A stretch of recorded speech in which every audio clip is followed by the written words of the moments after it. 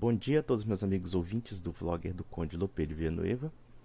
Eu estava analisando alguns comentários que eu escutei, inclusive com relação aos meus dois vídeos sobre a Reforma Protestante, de alguns elementos que são das igrejas protestantes, ou de algumas facções protestantes, falando sobre a chamada mariolatria, ou sobre a idolatria da Igreja Católica com relação aos santos, ou então com relação às imagens, né? Ou seja, eles têm uma revolta contra as imagens, achando que o católico, quando reverencia uma imagem de um santo, ou reverencia a imagem de Jesus Cristo, da Virgem Maria, eles são idólatras, como os pagãos do mundo antigo, né? Na verdade, nós percebemos aí um completo desconhecimento, não somente do ponto de vista histórico, como também uma completa ignorância do que significa simbolismo. A Bíblia Sagrada, no caso do Antigo Testamento, ele condena, por exemplo, se nós pegarmos o capítulo 20 de Êxodo, o que a Bíblia condena, na verdade, é a reverência aos deuses pagãos, né? Ou seja, a reverência aos deuses de imagens que de fato se faziam imagem de escultura, dentre outras coisas. E também você reproduzir a imagem de Deus Pai, a imagem da figura de Deus, né?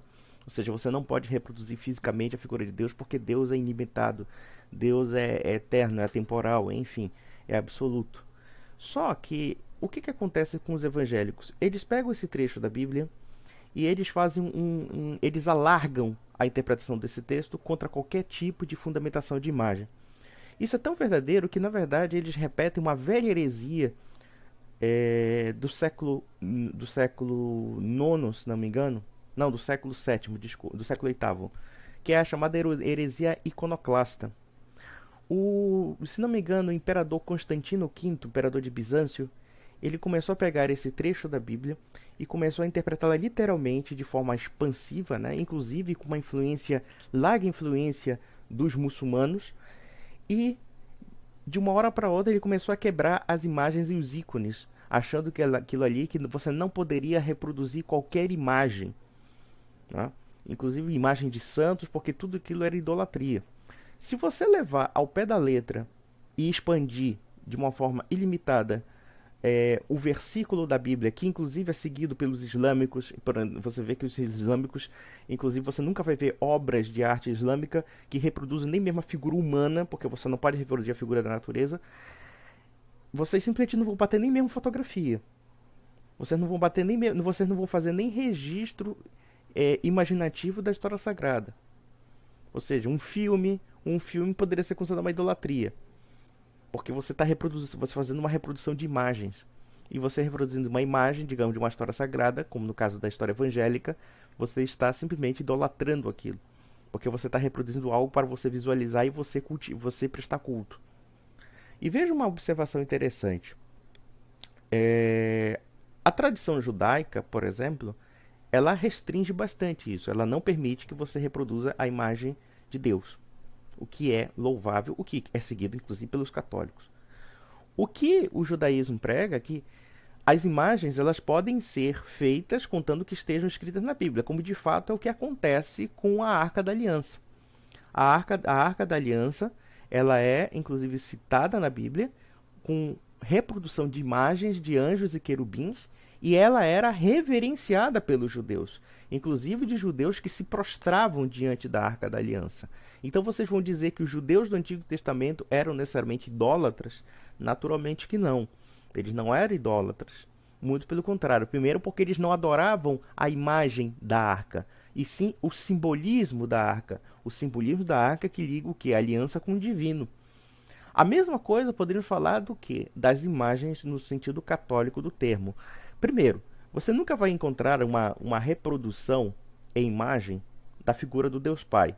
O máximo que você vai encontrar é simplesmente uma caracterização simbólica.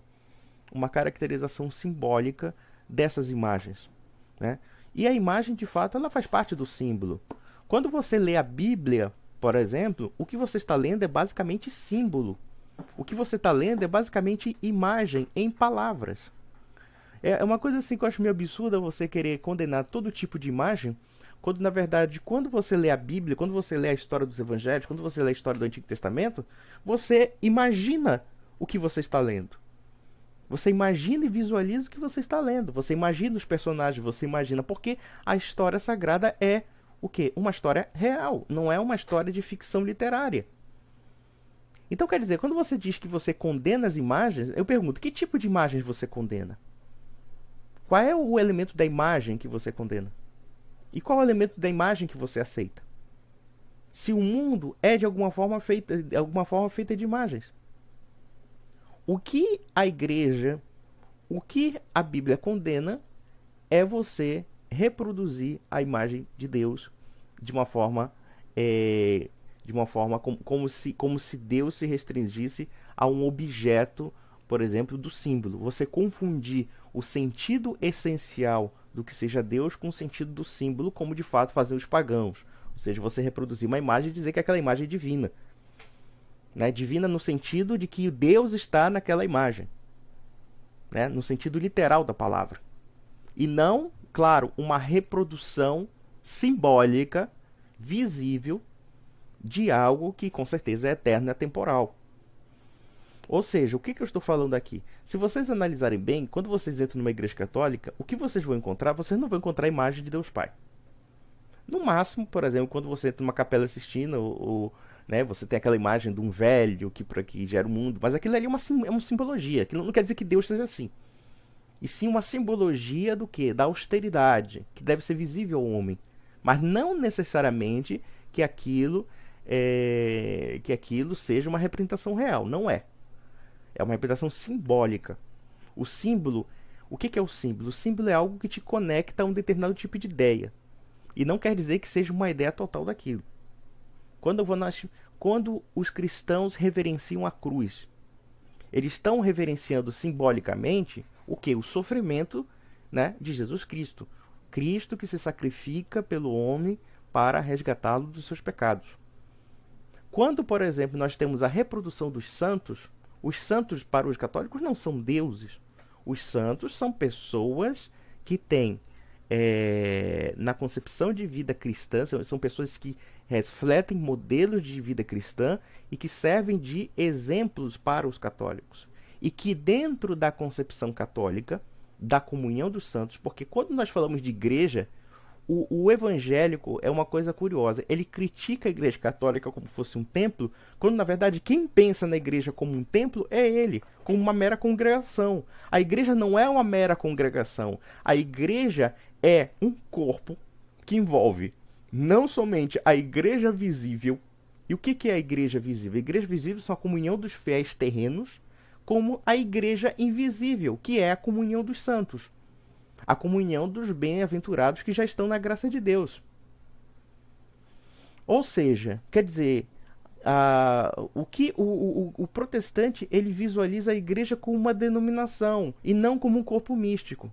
E isso é o que diferencia a igreja católica de protestante, dentre outras coisas. Ainda que os protestantes, alguns segmentos protestantes falem desse corpo místico, né, como um corpo de fiéis que estão espalhados em várias denominações e várias igrejas diferentes, você vê que isso é uma explicação forçada, principalmente porque não há união de fé, não há união de batismo e não há união de igreja.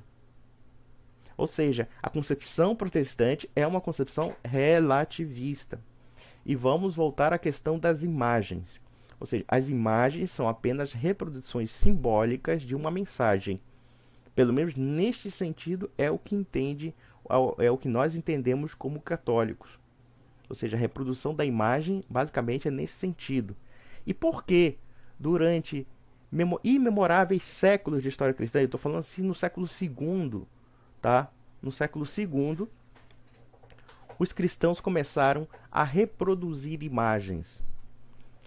Primeiro, porque naquela época a grande maioria das pessoas não tinha contato com a Bíblia. E não tinham contato com a Bíblia não por conta da lenda protestante de que que a igreja queria esconder a Bíblia. Não, é porque não havia imprensa. Não havia imprensa. Não havia essa mania que nós temos hoje de ter uma Bíblia dentro de casa. Isso é uma criação do século XV para cá. Século XV por causa da invenção da imprensa. O segundo ponto que nós temos que entender com relação à igreja é que a Bíblia não era o epicentro da vida cristã. A Bíblia era um dos componentes da vida cristã e da história sagrada. O epicentro da vida cristã é a comunhão eucarística. Ou seja, aquelas pessoas que se reuniam em torno de si se reuniam dentro da comunhão do corpo místico cristão. E inclusive com a Eucaristia, que é a presença real de Cristo, né? Através do pão e do vinho. Então, quer dizer, o centro da vida cristã é o centro da comunhão do próprio Cristo. A Bíblia é um meio, como a tradição é um meio, como a autoridade da igreja é um meio para se entender a verdade ortodoxa, né? Para se entender a ortodoxia. E voltamos à questão das imagens.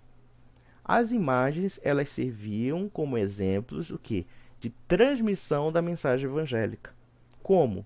Quando alguém via a imagem da Virgem Maria junto com o Deus menino. Na verdade, aquelas pessoas memorizavam, ouviam a palavra oral, ouviam a pregação oral dos apóstolos, como também dos bispos que foram repassadas essa tradição oral e a tradição escrita. E a partir disso, o que acontecia? As pessoas memorizavam a história evangélica e a história da salvação. Você vai encontrar pessoas que eram analfabetas, mas que sabiam de cor e salteado, decorando, escutando a palavra dos bispos, ou então a palavra dos próprios apóstolos, todos os detalhes, ou quase todos os detalhes dos versículos bíblicos. E vejamos, nós percebemos aí que, além do aspecto simbólico da representação das imagens, e também a representação da reverência às imagens, por exemplo, pessoas que se ajoelham perante uma cruz, pessoas que se ajoelham perante uma imagem de um santo, ou da imagem da Virgem Maria, o que isso significa simbolicamente? É claro que quando é uma imagem da Virgem Maria, nós não estamos dizendo que a Virgem Maria está naquela imagem, ou que a Virgem Maria, na verdade, está encarnada num boneco de cera. Ninguém está dizendo isso. O que está dizendo aquilo é que aquela imagem representa uma fotografia. Como, aliás, isso fica muito claro nos ícones bizantinos. Nos ícones bizantinos, eles não têm necessariamente a figura escultural, mas sim a figura desenhada dentro de um quadro, como no caso as figuras ortodoxas, né? As figuras bizantinas, as figuras gregas, inclusive da Igreja Ortodoxa Russa. Então, essas imagens, elas são representações simbólicas, né? Puramente, exclusivamente simbólicas, que não estão restritas à própria imagem. É apenas como fala a palavra símbolo. Símbolo é algo que liga a alguma coisa, né? Que liga a uma ideia. Então, basicamente, é isso. A reprodução de imagens serve no aspecto pedagógico, ou seja, a igreja, na sua sabedoria essencial, ela percebeu que as imagens, que são reproduções artísticas e culturais, manifestações culturais, que eram, inclusive, encontradas no mundo greco-romano, elas poderiam ser uns sinais de transmissão da vida cristã. Foi a Reforma Protestante, por exemplo, que foi a destruição das artes. Porque a partir do momento que as imagens, né, elas foram reverenciadas, e as imagens elas foram inclusive incentivadas no sentido de você reproduzir a vida cristã, né, na cabeça do povo, no imaginário da população, você vê que toda uma tradição artística do Ocidente, seja de pintura, seja de escultura, seja de igreja, né? Se você pega uma igreja gótica, tudo aquilo ali é representado no âmbito do divino. Se você entrar numa igreja gótica, você vai entender aquilo ali, que aquilo tem um sentido, toda aquela arquitetura tem sentido. Isso é uma reprodução de imagem? A resposta é sim. Não tem uma imagem definida, tem imagem de santos dentro de uma estrutura, de uma igreja, de uma cúpula, né? Inclusive, existe uma obra de um grande historiador da arte chamado Evan Parnofsky, que ele fala que a estrutura das igrejas góticas, elas representavam nada mais, nada menos do que toda a estrutura do pensamento da escolástica medieval. Inclusive, algumas abóbadas, elas tinham uma pedra fundamental que segurava toda a estrutura, né, do teto das igrejas, de algumas igrejas, que se você tirar aquela pedra, o teto desaba. O que é essa pedra fundamental? Né? A pedra angular é Jesus Cristo. Aí vocês vão dizer que isso é uma reprodução de imagens? Que isso é idolatria? Naturalmente que não. Não é idolatria. Mas é reprodução de imagens. Reproduz-se a imagem de Jesus Cristo dentro de uma catedral. Através de quê? De um pedaço de um tijolo. Através de um pedaço, né, de um, quer dizer, do núcleo de uma abóbada. Então quer dizer, vocês vão dizer que isso é idolatria também?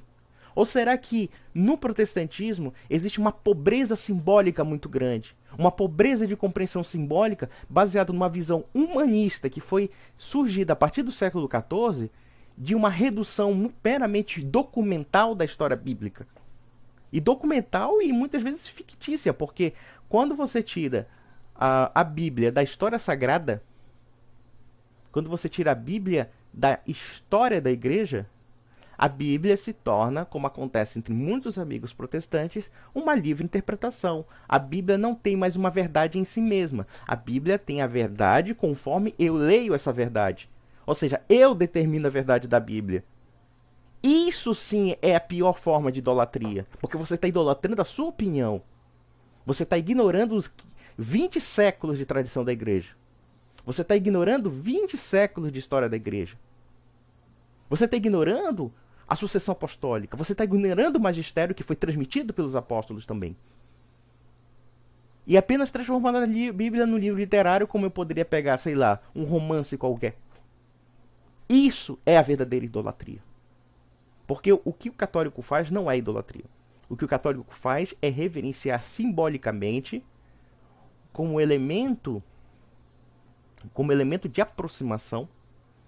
E veja, grande parte, e a gente tem que colocar aqui que existe uma diferença da reverência que nós prestamos aos santos e da reverência que nós prestamos a Deus. Primeiro porque os santos não são deuses. Os santos são criaturas como nós, inclusive a Virgem Santíssima Nossa Senhora. Só que, ainda que eles sejam criaturas, eles são criaturas especiais. A Virgem Maria não é como eu sou. A Virgem Maria é um tipo humano que, pela graça de Deus, é distinto de mim. Ou de você, de qualquer outra pessoa. Você acha que uma mulher que surgiu justamente para gerar o Filho de Deus, você acha que essa mulher é como você, protestante que pega a Bíblia? Você acredita mesmo que essa mulher extraordinária é com você? Não. Ela está muito mais próxima da graça de Deus do que você. E é por isso que os católicos reverenciam Maria. Não porque ela é deusa. A gente não acredita nisso. Quem acredita que Maria é deusa é a Dilma Rousseff, que é uma idiota. Mas que, inclusive, no programa da Maria é Deus. Maria é Deus o caralho, você não sabe nem o que é, porra. Você fala besteira, cala a boca, presidente. Mas, enfim. Maria foi a mais especial das criaturas na face da Terra, justamente porque dentro do ventre dela se abriu as portas da salvação. E vamos mais além. Maria reflete ela é, se Jesus Cristo é o segundo Adão, segundo a tradição, o segundo Adão, porque ele é um novo homem que vem salvar a humanidade, a Virgem Maria é a segunda Eva, só que não é a Eva anterior. Se a Eva anterior levou a perdição, a segunda Eva, leva a salvação também. Então é por isso, entre outras coisas, inúmeras que podemos falar, nós prestamos culto e reverência à Virgem Maria. Ela que, segundo o capítulo de Lucas, seria a bem-aventurada entre as nações. Pena, naturalmente, que não sejam as nações protestantes, que caem num certo fideísmo, que caem num certo irracionalismo emotivista. E quando você observar bem, cada interpretação protestante é apenas uma fragmentação da própria Bíblia. Mesmo que eles possam decorar a Bíblia de có e salteado, o que eles vão fazer? Eles vão pegar um trecho da Bíblia que é conveniente ao juízo deles e vão esquecer todo o resto. Foi o que fez Lutero quando, por exemplo, criou a concepção da justificação pela fé. Inclusive, ele chegou à loucura de querer tirar a carta de Tiago, e querer dizer que era a carta de palha, que deveria estar no fogo, justamente porque Tiago renega, critica, ou então pelo menos Tiago nega a justificação somente pela fé. Ou seja, tem que ter obras. Me represente a fé, eu te represento as obras, porque a fé sem obras é morta. E o que aconteceu? Lutero se achava mais inteligente do que a própria Bíblia. Ou ele se achava, ou pelo menos ele achava que a interpretação que ele fazia da Bíblia era mais verdadeira do que a própria Bíblia. Então todo protestante comete esse erro crasso. Todos eles são o quê? Inúmeras seitas, inúmeras religiões, inúmeros, enfim, trocentas igrejas com a mesma Bíblia. Ou pelo menos isso quando certas seitas protestantes não adulteram a Bíblia, como aconteceu nos Estados Unidos. Então, quer dizer, o princípio básico do protestantismo não é a sola escritura. O princípio básico do protestantismo é a sola doxa, só a sua opinião. E é só isso. E durante 5 séculos o cristianismo tem definhado absurdamente por causa dessas divisões. E já voltando à questão das imagens, já que eu falei sobre a questão das artes, no século VIII houve o surto da iconoclastia, né, que queriam destruir a imagem dos santos, ou mesmo a imagem de Jesus Cristo, da Virgem Maria, porque isso é idolatria, blá blá blá, né? Ou então quer dizer, você vê que a interpretação distorcida, se a iconoclastia, se a iconoclastia ela se preservasse, se a iconoclastia vencesse dentro da história do cristianismo, toda a arte ocidental ia ser jogada na data do lixo. Você não teria a arte de Leonardo da Vinci, de Cimabue, de Giotto, de qualquer desses mestres da Renascença, ou então mesmo dos próprios povos do norte, né?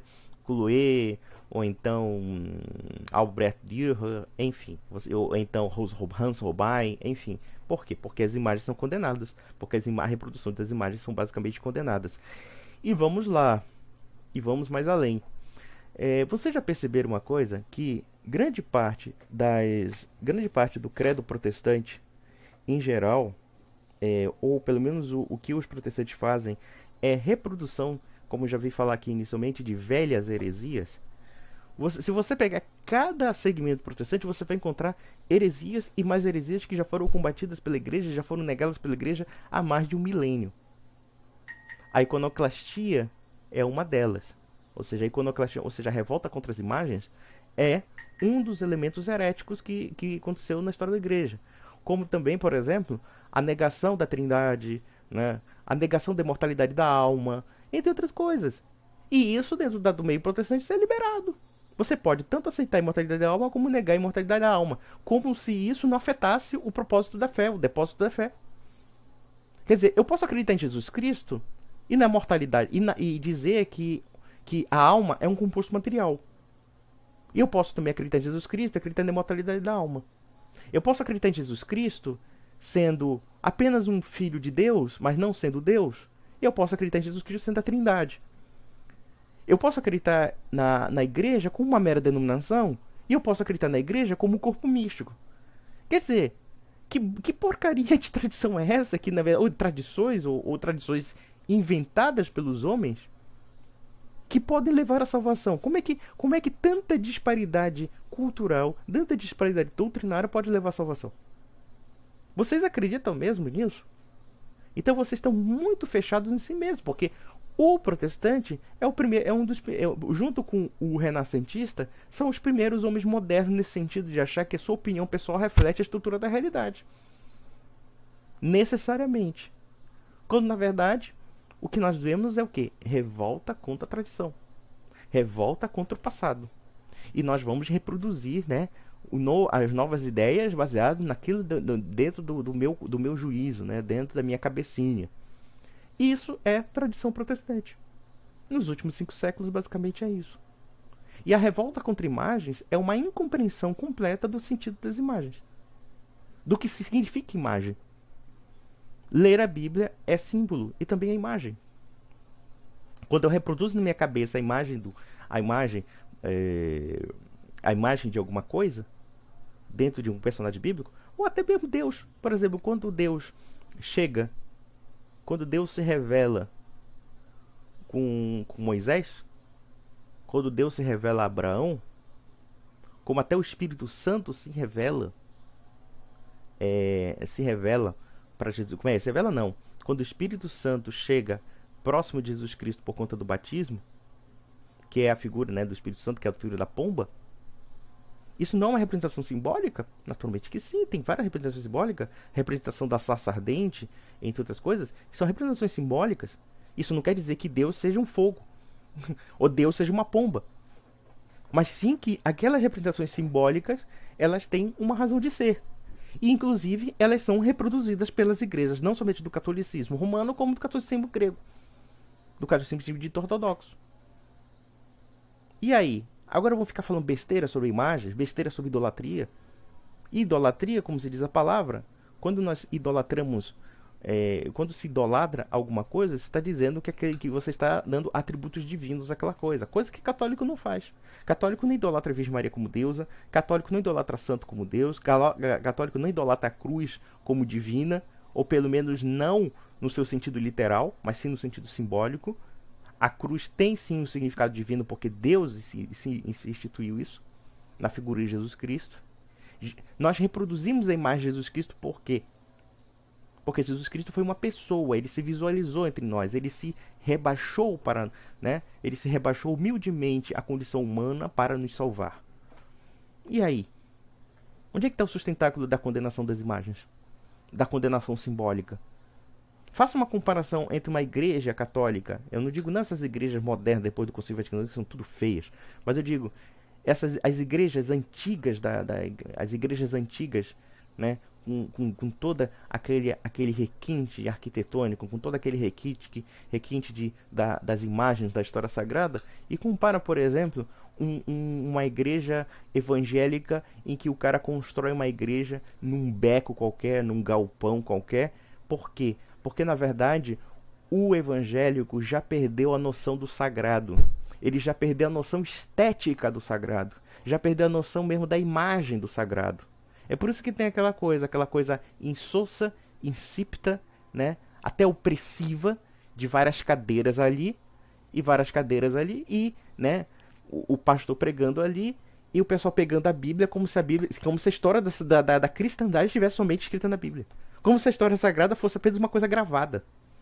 E não uma coisa vivida durante 20 séculos. Vejam a ruptura psicológica disso. Então, meus amigos, não me venham com esse papo de dizer que católico é mariólatra. Que católico é idólatra. Se vocês falarem isso para um católico que seja mais ou menos conhecedor da doutrina, vocês vão passar vexame. Vocês vão passar vexame. E vão mais além. Quando houve a Reforma Protestante, inclusive, você vê que um dos aspectos mais perniciosos da Reforma foi a destruição das artes. Você conhece algum país calvinista onde tenha pintores da excelência do Renascimento? Você nunca verá. Você nunca verá. Por quê? Porque a pintura e a reprodução de imagem foi desincentivada. Você vai ver, por exemplo, se você chegar na Holanda, se você chegar na Bélgica, você vai encontrar, por exemplo, igrejas que foram vandalizadas pelos protestantes no século XVI. Você vai descobrir obras de arte que foram queimadas. Obras de grande valor histórico, grande valor simbólico, que foram queimadas pelos protestantes no século XVI. Mas é claro que isso ninguém fala na sua escolinha paroquial, na sua escolinha dominical, naturalmente. E vejam, eu não estou aqui querendo comprar briga com o protestante.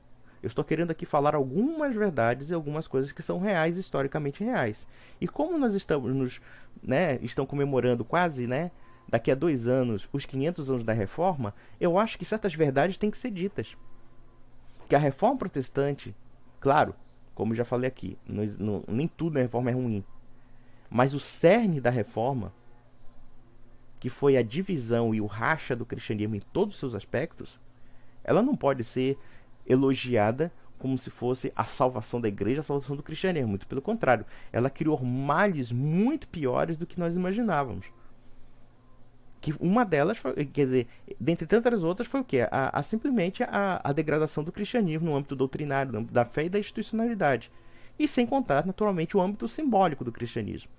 Quando você quer, por exemplo, proibir pessoas de reproduzir imagens. Ou você simplesmente jogar na lata do lixo toda uma cultura mística católica, de santos católicos, dizendo que não existem... É uma coisa meio bipolar. Os protestantes dizem que todo mundo é santo e que ninguém é santo, né? Quer dizer, uma coisa maluca. como se não houvesse uma distinção entre pessoas no âmbito espiritual, como se Santa Teresa d'Ávila e eu fosse a mesma coisa. Isso é uma coisa absurda. Eu não posso achar que uma pessoa com tanto sinal de santidade como Santa Teresa d'Ávila possa ser equiparada a mim. Jamais. Ela é criatura tanto quanto eu. Foi criada por Deus tanto quanto eu. Só que a diferença é que ela realmente foi tocada na graça e ela se entregou à fé. Com muito mais força, com muito mais paixão do que eu. Então, eu perto dela, eu sou um miserável. E ela, perto de Deus, também é uma miserável. Mas eu sou um pouco mais miserável que ela e um pouco mais miserável que Deus. Então, isso é a mentalidade católica sobre os santos. E que, segundo a própria Bíblia, eles estão na comunhão. E nós não. E nós vamos sim esperar o juízo final para isso.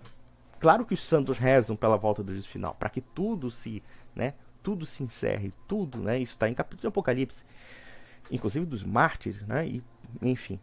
Mas quer dizer, então é isso. Quer dizer, a reprodução de imagens, substancialmente falando, não afeta o cristianismo. Pelo contrário, tire as imagens e você destrói o aspecto simbólico do imaginário cristão. Ou você acha, por exemplo, que muitas pessoas têm na cabeça a imagem da Virgem Maria ou a imagem de Jesus Cristo baseado somente numa leitura bíblica? Você acredita nisso? Não. Elas têm essa imagem justamente porque a igreja reproduzia essas imagens. Tanto no sentido pedagógico, como no sentido artístico, como no sentido cultural. Então é isso. Então da próxima vez, não querendo comprar briga com vocês, não estou querendo comprar briga, mas tenham uma argumentação muito mais sólida para defender seus pontos de vista. E, na verdade, não tenho a intenção de desmerecer a reforma, mas sim de criticá-la dentro do seu devido contexto histórico. E, a todo momento, não vi nenhuma resposta de algum irmão protestante que seja realmente convincente. Mas, seja o que for, fiquem com Deus e até uma próxima oportunidade.